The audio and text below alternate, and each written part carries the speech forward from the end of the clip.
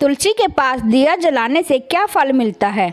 एक बार माता लक्ष्मी भगवान विष्णु से पूछती है, हे स्वामी, तुलसी के पास दीपक जलाने का क्या महत्व है और रोज शाम को तुलसी के पास दीपक क्यों जलाया जाता है।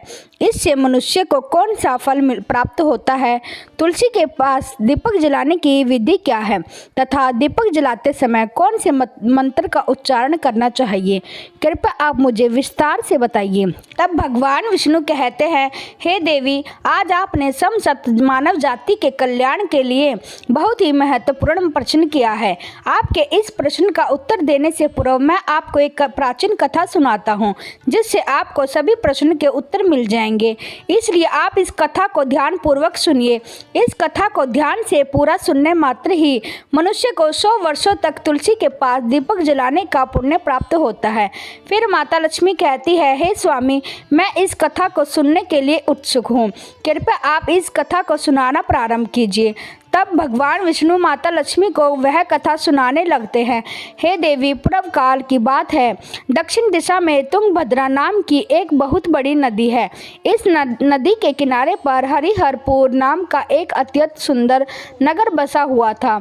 उसी नगर में काशी नाम के एक ब्राह्मण निवास करते थे। वे अत्यंत गुणवान, चरित्रवान, धर्म कार्य करने वाले तथा वेदों के मार्ग पर चलने वाले थे। उन्होंने समस्त शास्त्र का अध्ययन किया हुआ था। उस ब्राह्मण की एक पत्नी थी जिसे लोग दुराचार कहकर पुकारते थे, क्योंकि उसके कर्म ही उसके नाम के अनुसार थे। वह सदैव ही अपने पति को अपमानित करती थी। वह अपने पति के लिए कुवाच्य कहती थी, पति को भयंकर दुख देती थी, पति के लिए कभी भोजन नहीं बनाती थी। उसने अपने पति के साथ कभी शयन नहीं किया, कभी उसके साथ प्रेम से व्यवहार नहीं किया। पति के मित्र, परिवार के लोग घर पर आते तो वह स्त्री उनको अपमानित करके भगा दिया करती थी और स्वयं काम भाव से होकर अन्य व्यभिचारिणी स्त्रियों के साथ घूमा करती थी। उसका मन पति को छोड़कर पराये पुरुषों में लगा रहता था। उसने कभी अपने पति से प्रेम से बात नहीं की, किंतु पराये पुरुषों के संग बैठकर बातें करती थी। पराये पुरुषों को मोहित करने के लिए सज धज कर गाँव में घूमने जाया करती थी। कभी वह वन में किसी वृक्ष के नीचे खड़ी होकर रहकर सुंदर पुरुषों की राह देखने लगती और किसी दुष्ट पुरुष को मोहित करके उसके संग भोग विलास किया करती थी। फिर एक दिन वह दुराचारणी स्त्री वन में जाकर एक वृक्ष के नीचे खड़ी हो गई। उसका चरित्र काम भाव से भरा हुआ था। वह किसी सुंदर कामी पुरुष की राह देख रही थी, किंतु बहुत समय निकलने के बाद भी उस स्थान से कोई भी पुरुष नहीं आया। इसलिए वह अत्यंत दुखी हो गई और प्रीतम की खोज में इधर उधर देखने लगी। उस दिन उसका सारा परिश्रम व्यर्थ हो गया। वहां पर खड़ी होकर वह नाना प्रकार की बातें कहकर विलाप करने लगी। हाय हाय, आज तो इस मार्ग से कोई भी सुंदर पुरुष नहीं आया। अब मैं कैसे अपनी काम वासना को शांत करूं? आज की रात कैसे बीतेगी? वह जोर जोर से विलाप करने लगी। उस जंगल में एक भयानक बाघ निवास करता था। उस पापनी स्त्री की आवाज सुनकर वह जाग गया और उछलकर उस स्त्री का भक्षण करने के लिए उसके पास आ गया। उस भयंकर बाघ को देखकर उस स्त्री के पसीने छूटने लगे। वह भय से थर-थर कांपने लगी। वह स्त्री कुछ करती इतने में ही उस बाघ ने अपने पंजे से उसे घायल कर दिया और वह स्त्री जमीन पर गिर पड़ी। जमीन पर गिरते ही वह स्त्री चिल्लाते हुए बोली, अरे बाघ, तू किस लिए यहाँ पर आया है? मुझे क्यों मार रहे हो? मैं यहाँ पर अपने प्रियतम को खोज रही हूँ। तुम मुझे छोड़ दो। मेरा भक्षण करके तुझे क्या मिलेगा? उस स्त्री की यह बात सुनकर वह भयानक बाघ क्षण भर के लिए रुक गया और हंसते हुए बोलने लगा, हे दुष्टा, आज विधाता ने तुझे मेरा ग्रास नियुक्त किया है। तुझ जैसी पापनी स्त्रियों का भक्षण करना ही मेरा काम है, तभी तुझे इस शरीर से मुक्ति मिलेगी। वह स्त्री कहने लगी, हे बाघ, तुम कौन हो? मुझे सच सच बताओ, तुम्हें किस कारण से बाघ की योनि में जन्म लेना पड़ा और तुम मुझे जैसी स्त्रियों का भक्षण क्यों करते हो? पहले मुझे सारी बात बताओ और फिर मेरा भक्षण करो। फिर बाघ कहने लगता है, हे पापनी, मैं तुझे मेरे पूर्व जन्म का वृत्तांत सुनाता हूँ, किस कारण से मुझे बाघ बनना पड़ा। पूर्व पूर्व काल में दक्षिण देश में एक नदी थी। उस नदी के तट पर एक नगरी बसी हुई थी। उस नगरी में मैं निवास करता था। मैं एक ब्राह्मण का पुत्र था और नदी किनारे बैठकर यज्ञ आदि की कार्य किया करता था। मैंने उस जन्म में अनेक पापियों के लिए यज्ञ किया, उन पापियों के घर का भोजन किया। मैंने धन के लोभ से अनेक पापियों के लिए कार्य किया।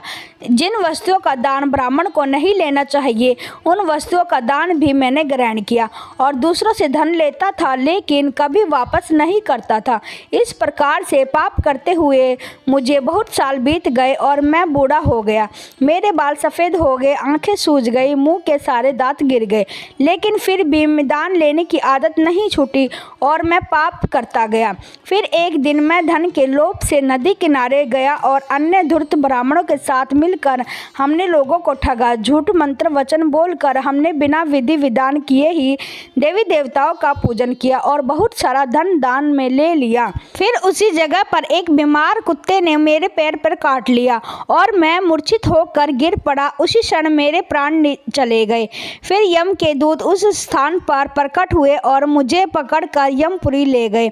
वहां पर यमराज ने चित्रगुप्त से मेरे कर्मों का लेखा जोखा निकालने के लिए कहा। फिर चित्रगुप्त कहने लगे, हे धर्मराज, इस ब्राह्मण ने घोर पाप किए हैं। इसने दूसरों से झूठ कहकर धन लूटा है, विधि विधान से पूजा न करके झूठ मंत्र बोलकर भगवान का अपमान किया है, इसलिए यह पापी ब्राह्मण केवल नरक जाने के ही योग्य है। फिर यमराज ने अपने दूतों को आदेश देकर मुझे नरक की अग्नि में डाल दिया। अनेक वर्षों तक नरक की सजा भोगने के बाद मुझे बाघ का शरीर प्राप्त हुआ और मैं इस दुर्गम वन में निवास करने लगा। मैं अपने पूर्व जन्म के पापों को याद करके कभी महात्मा, साधु पुरुष, सती स्त्रियों का भक्षण नहीं करता हूँ। मैं केवल पापी, दुराचारी तथा कुलटा स्त्रियों का ही भक्षण करता हूँ ताकि मुझे पाप से मुक्ति मिल जाए। इस प्रकार से उस बाघ ने अपने पूर्व जन्म का वृत्तांत सुना दिया और उस स्त्री से कहने लगा, हे पापनी, तेरे आचरण से तू कुलटा दिखाई पड़ती है। अपने पति को छोड़कर तू इस वन में अन्य पुरुष के साथ भोग विलास करने के लिए आई है, इसलिए आज तू मेरा ग्रास अवश्य बनेगी। इतना कहकर उस बाघ ने अपने तीक्ष्ण नाखून से उस पापी स्त्री के टुकड़े टुकड़े करके उसे खा लिया। फिर उस जगह पर यम के दूत प्रकट हुए और उस पापनी स्त्री को उठाकर यमपुरी ले गए। वहां पर उसे यमराज के सामने खड़ा किया गया। फिर चित्रगुप्त ने उस स्त्री का लेखा जोखा निकालते हुए यमराज से कहने लगे, हे धर्मराज, यह स्त्री तो अत्यंत पापनी है। इसने घोर पाप किए हैं। इसने व्यभिचार किया है। इसने अपने पति की कभी सेवा नहीं की। अपने पति को भूलकर पराये पुरुषों के संग भोग विलास किया करती थी। उसके पाप को सुनकर यमराज ने उस स्त्री को अग्नि से भरे हुए कुंडों में डालने का आदेश दिया। अनेक वर्षों तक उसे उस कुंड में पकाया गया। फिर उसे निकाल कर दूसरे नरक में डाल दिया गया। इस प्रकार से उसे अनेक वर्षों तक अलग अलग नरकों में डाला गया और नरकों में डालने के बाद वह महापापी स्त्री पृथ्वीलोक पर आकर चांडाल के रूप में उत्पन्न हुई। चांडाल के घर में जन्म लेकर वह फिर से अनेक पाप करने लगी, व्यभिचार करने लगी, अनेक पापी पुरुषों से संग विहार करने लगी। कुछ समय बाद पूर्व जन्म के पापों के कारण उसे कोढ़ का रोग हो गया और वह भयानक पीड़ा सहन करने लगी। उसका अंग अंग जलने लगा, उसके नेत्रों में पीड़ा होने लगी। इस दुख को सहन करती हुई वह दिन बिताने लगी। फिर एक दिन वह तीर्थी में स्नान करने के उद्देश्य से अनंतपुरा में चली गई। वहां पर वह एक आश्रम के बाहर निवास करने लगी। वहां उस आश्रम में एक तुलसी का पौधा था।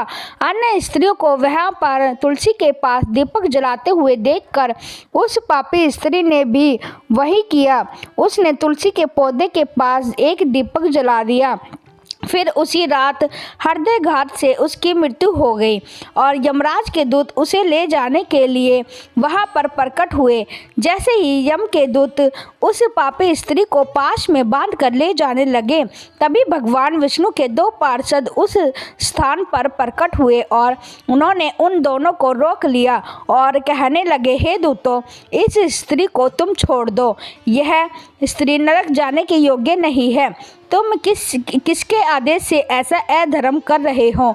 फिर यम के दूत कहने लगे, हे पार्षदों, हम यमराज के आदेश से इस पापी स्त्री को उठा कर ले जा रहे हैं, किंतु आप हमें किस कारण से रोक रहे हैं। यह स्त्री अत्यंत पापी है, इसे नरक में ले जाने की आज्ञा मिली है। फिर पार्षद कहने लगे, हे दूतों, यह स्त्री तो विष्णु भक्त है, यह नरक जाने योग्य नहीं है।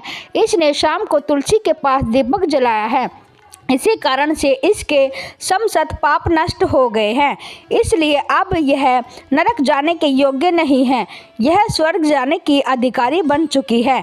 पार्षदों की बात सुनकर यमदूतों ने उस स्त्री को उसी स्थान पर छोड़ दिया और यमलोक लौट गए। वहां जाकर उन्होंने यमराज को सारा वृत्तांत सुना दिया। फिर भगवान विष्णु के पार्षद उस स्त्री को दिव्य विमान में बिठाकर स्वर्गलोक ले गए। भगवान विष्णु कहते हैं, हे देवी, इस प्रकार से तुलसी के पास केवल दीपक जलाने मात्र से ही मनुष्य के सभी पाप नष्ट हो जाते हैं। जो स्त्री नित्य शाम को तुलसी के पास दीपक जलाती है वह सौभाग्यशाली बनती है, उसके पूर्व जन्मों के सभी पाप नष्ट हो जाते हैं, उसे सुख समृद्धि की प्राप्ति होती है। भगवान विष्णु कहते हैं, हे देवी, हजारों अमृत के घड़ों से नहलाने पर भी श्री हरि विष्णु को उतनी तृप्ति नहीं होती जितनी वे मनुष्यों के द्वारा तुलसी का एक पत्ता चढ़ाने से प्राप्त करते हैं। 10,000 गोदान से मानव जो फल प्राप्त करता है वही फल तुलसी पत्र के दान से पा लेता है।